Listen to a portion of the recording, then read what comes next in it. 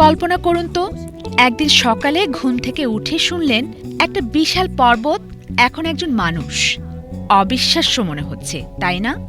তবে বাস্তবে নিউজিল্যান্ডের বিখ্যাত মাউন্ট তারানাকি এখন আর শুধু প্রকৃতির এক সৃষ্টি নয়, বরং আইনিভাবে সে একজন মানুষ। নিউজিল্যান্ড সরকারের এই সিদ্ধান্ত শুধু অদ্ভুতই নয়, বরং এটি একটি ঐতিহাসিক ও সাংস্কৃতিক বিপ্লব। দীর্ঘদিন ধরে নিউজিল্যান্ডের আদিবাসী মাওরি জনগোষ্ঠী মাউন্ট তারানাকিকে তাদের পূর্বপুরুষ হিসেবে দেখে এসেছে। এটি শুধু একটি পর্বত নয়, বরং তাদের আত্মপরিচয়, সংস্কৃতি ও ইতিহাসের এক গুরুত্বপূর্ণ প্রতীক। কিন্তু অষ্টাদশ ও ঊনবিংশ শতাব্দীর ব্রিটিশ উপনিবেশবাদীরা এই পবিত্র ভূমি কেড়ে নিয়েছিল, যার ফলে মাওরিদের ঐতিহ্যের উপর এক বিশাল আঘাত নেমে আসে।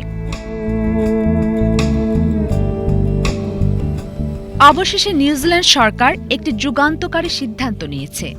সরকার একটি নতুন আইন পাশ করে মাউন্ট তারানাকিকে তে কাহুই তুপুয়া নামে একটি জীবন্ত ও অবিভাজ্য সত্তা হিসেবে ঘোষণা করেছে। এর মানে হল এই পর্বত এখন একজন মানুষের মতো অধিকার ভোগ করবে। কি থাকছে এই আইনি স্বীকৃতিতে?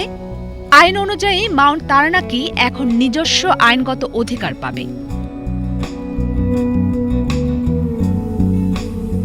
পর্বতটি পরিবেশগত ও সাংস্কৃতিক সুরক্ষার জন্য লড়তে পারবে।